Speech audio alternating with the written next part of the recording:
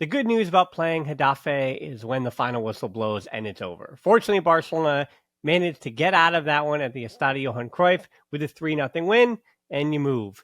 Only one player seems to be down that we'll talk about at the end. But first, I want to say welcome to episode 726 of the Barcelona podcast, brought to you by the Blue Wire Podcast Network.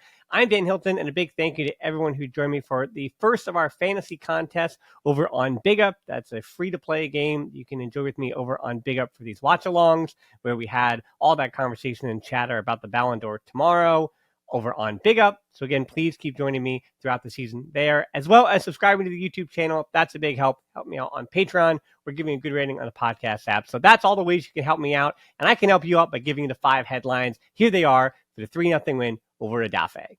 Headline 1 is Getafe as expected. Bordalas is still in charge of Getafe, so to expect anything different out of what culés could expect from them, well, you were unfortunately trying to be too optimistic about the way that they play. Coming into this game, here were some of their metrics in the Liga. 20th in accurate passes per game, 19th in average possession, 19th in XG created, 16th in shots on target per game, 4th in fouls committed per game, and 2nd in lowest XG conceded. So yeah, they were going to play in a low block. They were going to try to win this game 1-0. That's the only way. They were going to try to get under Barcelona's skin, and they did do that at moments. But what that meant for Barcelona is that they were going to know the game plan coming in. There's nothing less to expect other than you have to find the space. You have to find it in between lines. You have to find it wide. You have to find it in half spaces. And that 5-3-2 of Getafe, well, it was eventually going to slow down. So at what point was the opener going to come? And we were going to be able to force Getafe out of their shell a little bit. With the rain pouring at the Estadio Johan Cruyff, we knew that those tackles were going to come in even quicker, but it also meant that the ball was going to be played a little bit quicker on the turf, which could help Barcelona. First part of that match, I would sum it up pretty easily as Pedri help us keep control, being supported by De Jong, until Barcelona and the forwards, through Dani Olmo as well, can break down those lines the way that I just spoke about. And that's kind of what it was. Pedri just continued to keep Barcelona in control of this match. And the back line as well, Christensen, Eric Garcia, try to see if you can find those angles to break through with those passes. 8th minute, a shot by Torres is blocked, but it's good build-up and the first real promising sign that Barcelona were starting to find that space like we talked about. Olmo, it was a touch on to Pedri for Gerard Martin for the cutback. Gerard Martin also, I didn't really talk too much about him in these 5 headlines, but he gets a thumbs up for me. This was the kind of match where he was kind of expected to get forward, to be on the ball a lot, and he did that. And for the times that Getafe could have got in behind him, well, those balls just didn't have enough quality, so he never really got burnt for getting stuck upfield. In the 12th minute, this is the first time that the referee let them play when he probably should have handed out an even earlier yellow card here. Raphinha definitely getting fouled, and again, put a pin in that because that was the first moment when I felt like Raphinha, Getafe was starting to get under his skin. Headline 2 is all about the movement. As I said, with Lewandowski in the starting lineup and Ferran Torres starting with him because Marcus Rashford was late to some occasion, therefore he had to start from the bench. I wonder which of the two Hansi Flick would have started, but either way, these are players that are familiar with playing together longer than Rashford and Ferran Torres have. So while those two are still working on their chemistry, I know that it feels like, yes, Ferran Torres playing off the left, it's a bit weird. Raphinha is back on the right side. So it may seem odd and not where Hansi Flick has gotten the best out of those two in their Barcelona careers. But at this point, the chemistry should really be off the charts. And Getafe could not keep their shape against that forward movement in that 5-3-2 shape. Once Barcelona were able to break through that first wave of pressure, which wasn't really an all-out press anyway, once they were able to break through that first line of pressure, then Barcelona could go with the numerical overloads on one side of the field and truly play through the lines on those thirds. Getafe weren't requiring a lot of diagonals from Barcelona, which meant that Barcelona was on the ground, usually not necessarily through the air, but on the ground, one-touch stuff, moving through those lines quick enough. And if you're going to do that, then you don't have to worry about those long diagonals and option B and option C. And in the 15th minute, the first goal is scored through option 1. It's real good from Barcelona, a team goal. Raphinha with width from the right, cuts inside and bypassing 4 with the pass to Olmo in the half space. Then the back heel set up for Torres, and he finishes cleanly. This is just really good work from the front 4 from Barcelona, with Lewandowski also attracting some attention. Again, a good Barcelona goal, good movement, and that puts them up 1-0 and does kind of tell you that regardless of what Getafe were trying to do with their studs up and all that stuff and getting the cards, they weren't going to fluster the consistent movement from Barcelona today. In the 28th minute, we almost saw the second of the game. It was an Olmo one-touch again to Pedri in the half space. The cross just out of the reach of Lewandowski holding onside. And there was moments in that first half where you notice it was Gerard Martin making a run in the half space. It was Christensen early on making a run in the half space. It was Pedri. It was De Jong. If everybody is going to make those runs in the half space and Getafe has to keep guessing and then they have to communicate as to who's going to pick up those runners, that means there will be space because confusion equals space when you get the opposition on the back heel.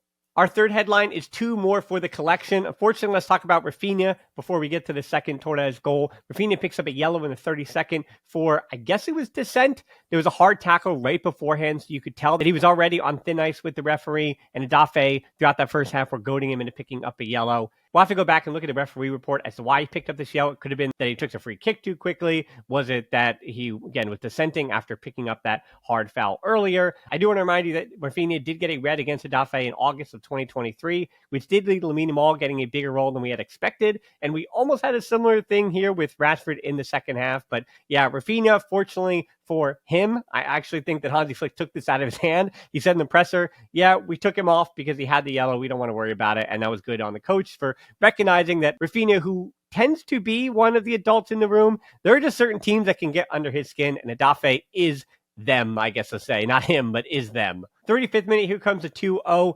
Offside? Was it offside? No, it actually wasn't offside at all because this Barca clearance had Raphinha making the run from inside his own half, so it is not offside, and this is a great one-time ball from Eric Garcia up over the top of that defense, and then Raphinha, composed, flicks it on to Torres, and he finishes confidently for the second time.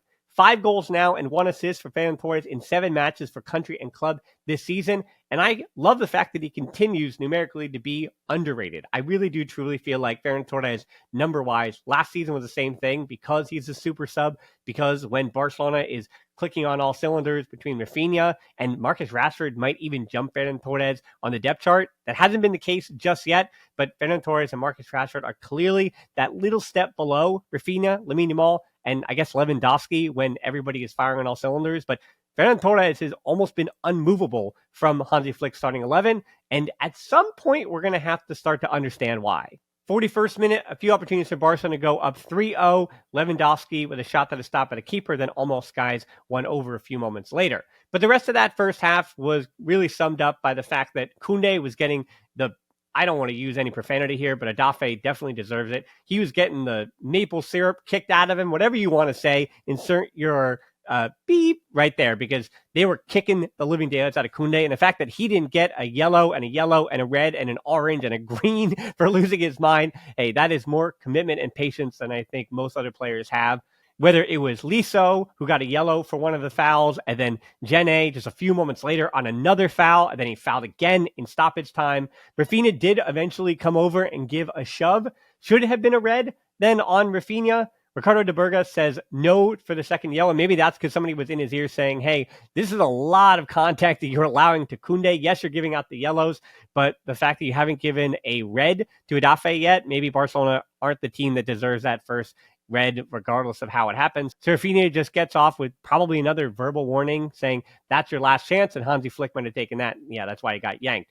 43rd minute, just before halftime, Pedri Torres over the top, and he hits the crossbar, which here's the other part of that Ferran Torres and why, as much as I set you up to say he's underrated, he probably isn't, because he's missed 7 big chances in 4 games now, and this is a lot of opportunities that other strikers, especially even around the Liga, like Getafe, ask any of their forwards what they would hope to do with 7 big chances in 4 games. They would try to be a bit more clinical. So that is always the Ferran Torres thing. His movement is so good. He puts himself in great spots, but he's just not clinical in front of goal. But again, if you're not expecting him to be your number 9, and that's a question about the future, but if he doesn't have to be the number 9, and he can just contribute like everyone else does, like Raphinha, like Lewandowski, Lamine Yamal, Rashford, and Fermin Lopez, Olmo, when you have so many different players contributing, it's 9 individual different goal scorers for Barcelona this season. That means that Ferran Torres can take the good with the bad. He is going to miss some, but he's also going to make some, and that means Barcelona are going to, over the course of a long season,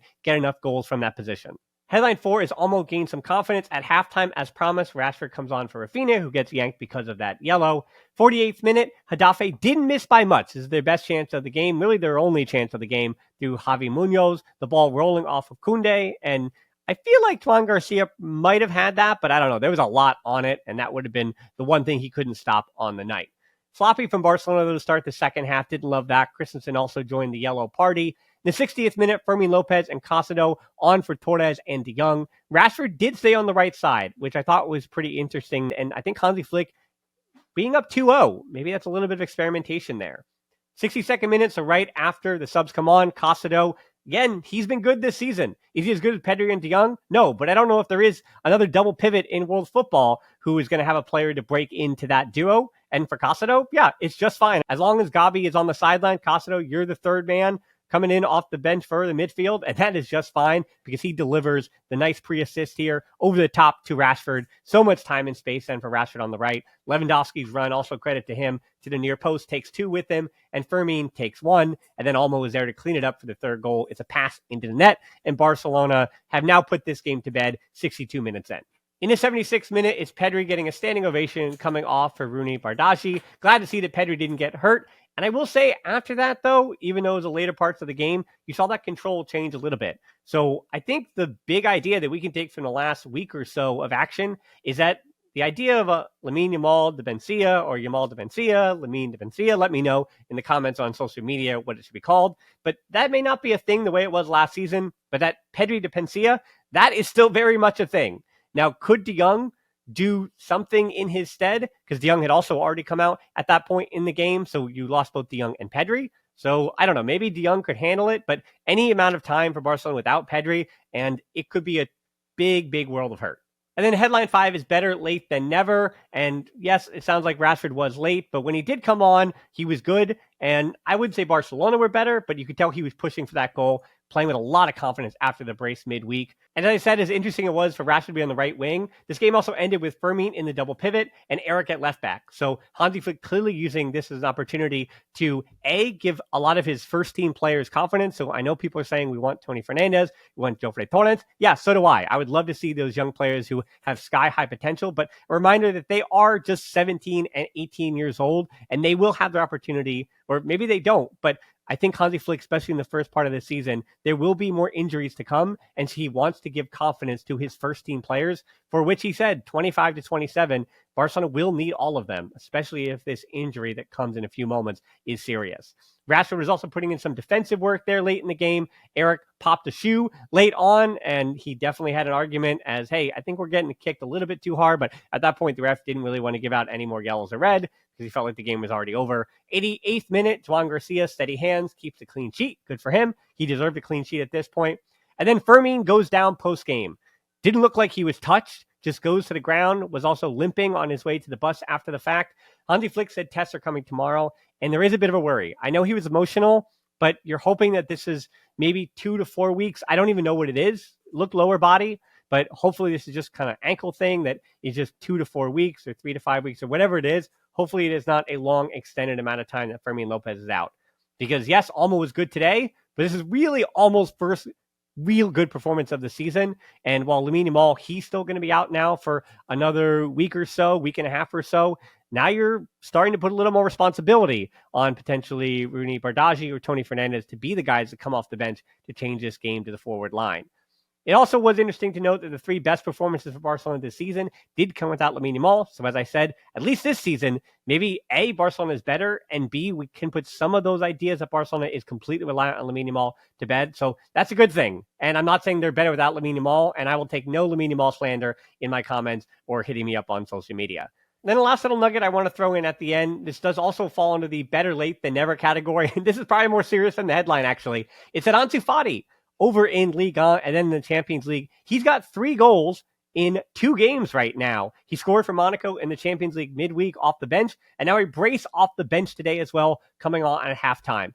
And I don't think that Ansu Fati is ever going to play a game for Barcelona again because of his wages and the sell-on and all that stuff, but I have always wanted this kid to succeed, and he is still a young player. And if he can create a new life for himself in Monaco and just be a good player, Barcelona will sell him in the summer, and I couldn't be happier. I've never gotten rid of my Ansu Fati stock, and I love seeing the kid flourish in Monaco. It is only 3 goals in 2 games, sure, but the fact that he is playing with confidence for the first time in a long, long, long time, heck yeah, good on you, Ansu Fati.